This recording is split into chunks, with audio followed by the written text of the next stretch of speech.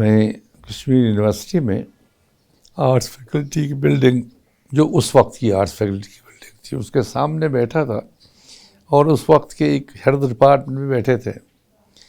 اس نے اچانک شروع کیا، کہا کہ یہ ڈپارٹمنٹ ہمارا تو امام باڑہ ہو گیا. میں نے کہا کہ کیسے ہو گیا امام باڑہ؟ کہا آپ تو تھے ہی، اس کے بعد جعفر رضا آئے، نہیں پھر اکبر حیدری آئے، اس کے بعد جعفر رضا آئے، کچھ ایسا. تو میں نے کہا کہ دیکھیے، اگر اس کو زبان و ادب کا اردو کے حوالے سے ڈپارٹمنٹ رہنا ہے تو امام باڑہ تو اس کو ہونا ہی ہونا ہے. جو استاد کلاس میں پڑھانے کے لیے جائے گا، میر کو پڑھائے گا، سودا کو پڑھائے گا، وہ آگے غالب کو پڑھائے گا، وہ میر امن کو پڑھائے گا، شاد کو پڑھائے گا. اس طرح سے میں نے 8-10 نام بتائے. میں نے کہا کیا ان کو پڑھائے بغیر کوئی سلیبس کمپلیٹ ہو سکتا ہے اگر اس کو زبان و ادب کا سلیبس رہنا ہے؟ لیکن نہیں، میرا مطلب یہ نہیں ہے. میں نے کہا نہیں، دیکھیے اس کو امام باڑہ ہونا ہی ہونا ہے. میرا مطلب یہ نہیں ہے، میرا مطلب ہے کہ میں بھی شیعہ ہونا چاہتا ہوں، تو اس کے لیے کیا کرنا ہے. پتہ نہیں کیا مولا کا کرم ہے، اس وقت میرے ذہن میں ایک بات آئی جو کہیں لکھی ہوئی تو نہیں ہے، ایک میں نے ہی کہیں دہرایا ہے. پھر میں نے ان سے کہا کہ شیعہ ہونے میں ڈیفیکلٹی کیا ہے؟ یہ تو بہت آسان سی چیز ہے. کہا کیسے؟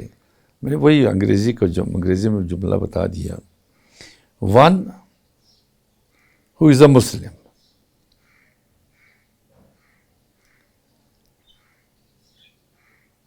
One who is a Muslim and he is a sufferer and a sympathizer of sufferers. He is Shia. وہ کہنے لگے سفرر تو میں بھی ہوں. میں نے کہا یہ سفرر آپ ہیں بے شک، اس میں کوئی وہ شک نہیں ہے، لیکن وہ سکے کا ایک رخ ہے. آپ سفرر ضرور ہیں لیکن سفررز کے سمپتھائزر نہیں ہیں. مسلمان ہونے کے بعد جو خود سفرر ہو اور سفررز کا سمپتھائزر ہو وہ شیعہ ہے. اس میں کوئی اس میں دین بدلنے کی ضرورت نہیں ہے، اس میں کلمہ بدلنے کی ضرورت نہیں ہے، اس میں کوئی بھی عنصر بدلنے کی ضرورت نہیں ہے. غرض یہ ہے کہ یہ کربلا جو ہے یہ ہمیں جو پیغام دیتا ہے، ایک تو یہ کہ سفرر جو ہے وہ کوئی عذاب اس پہ نازل نہیں ہوتا ہے. اللہ کے نیک بندوں کو تکلیف زحمت اٹھانا پڑتی ہے، بلکہ کچھ لوگ کہتے ہیں نا کہ جب کوئی ان پہ مصیبت آتی ہے وہ کہتے ہیں کہ یہ ہمارے اعمال کی سزا ہے. ایسا کہنا بالکل مناسب نہیں ہے، اس لیے کہ اولو الازمان دانشمند اسلام کے آنے سے قبل بھی جنہوں نے دانائی کی باتیں کی وہ شہید کر دیے گئے، اور اس کے بعد تو اسلام کے بعد تاریخ ہمارے سامنے ہے.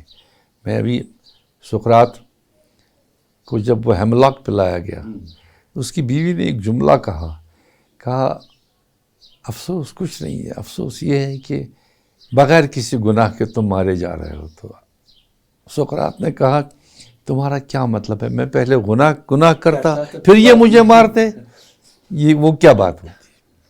اسی طرح سے آپ دیکھیے یعنی جتنے بھی گزرے ہیں دانا، ان کے ساتھ تکلیف ساتھ رہی ہے.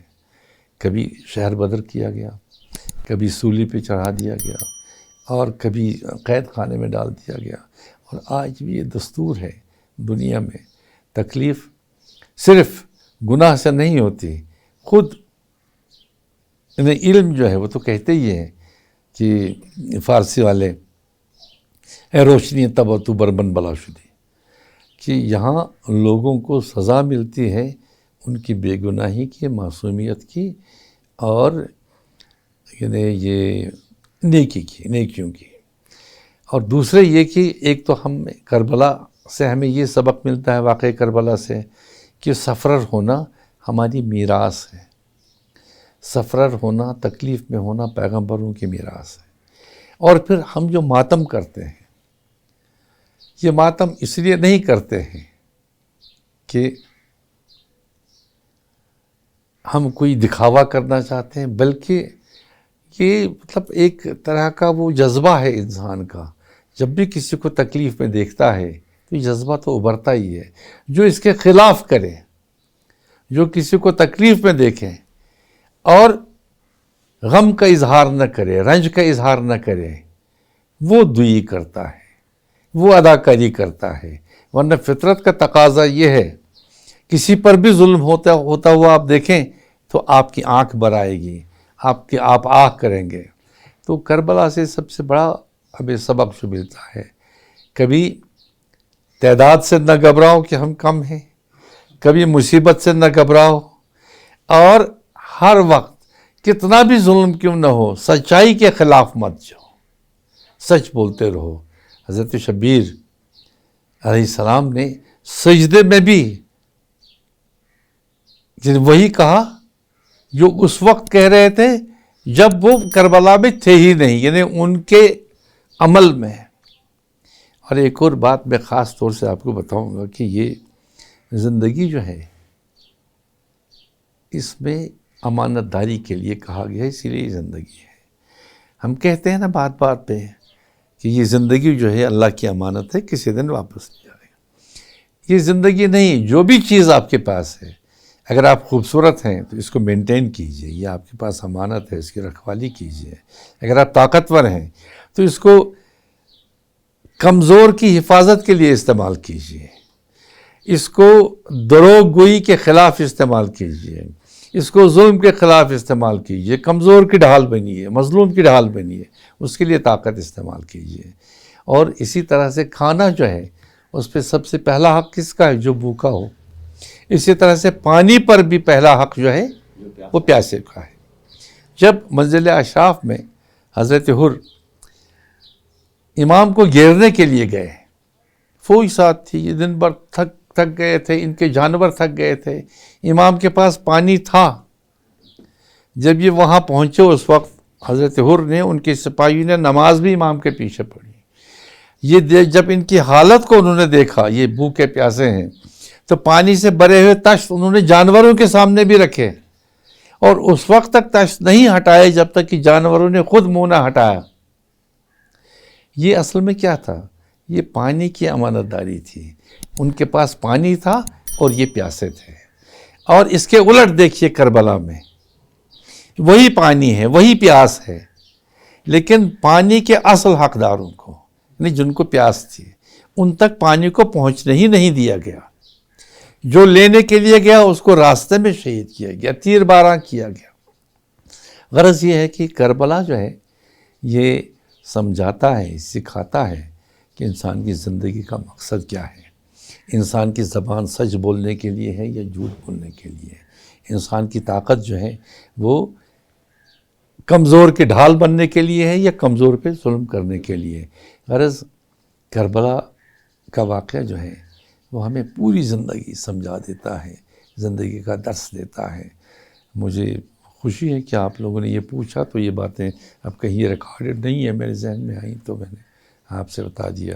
یہ امانت داری پہ میں نے اس سے پہلے کئی بار ٹاکس کی ہیں جو نیشنل پروگرامز میں گئیں، اور امانت داری میں نے اس کا ذکر ضرور کیا ہے کہ پانی کی امانت داری یہ ہے کہ آپ اس کو پیاسے تک پہنچا دیجئے. کھانے کی امانت داری یہ ہے کہ آپ اس کو بھوکے تک پہنچا دیجئے. اسی طرح سے آپ کے پاس اگر کپڑا ہے تو وہ اس پر پہلا حق اس کا ہے جو بے لباس ہے. اگر علم ہے تو وہ میں ذکر نہیں کرنا چاہتا تھا، یہ چونکہ ٹیچر ہیں. علم کا بھی یہی ہے، اگر کوئی علم چھپائے گا، علم کا چھپانا مطلب سچ کو چھپانا ہے. جو آپ نے سیکھا ہے اس کو دوسروں تک پہنچا دیجئے. اور آپ دیکھیے زمین کیا کرتی ہے، جو بیج آپ اس کو دیتے ہیں اس میں جو قوت ہے، نامیائی قوت، وہ اس کو کتنا وہ فصل پیدا کر کے پھر آپ ہی کو واپس کرتی ہے.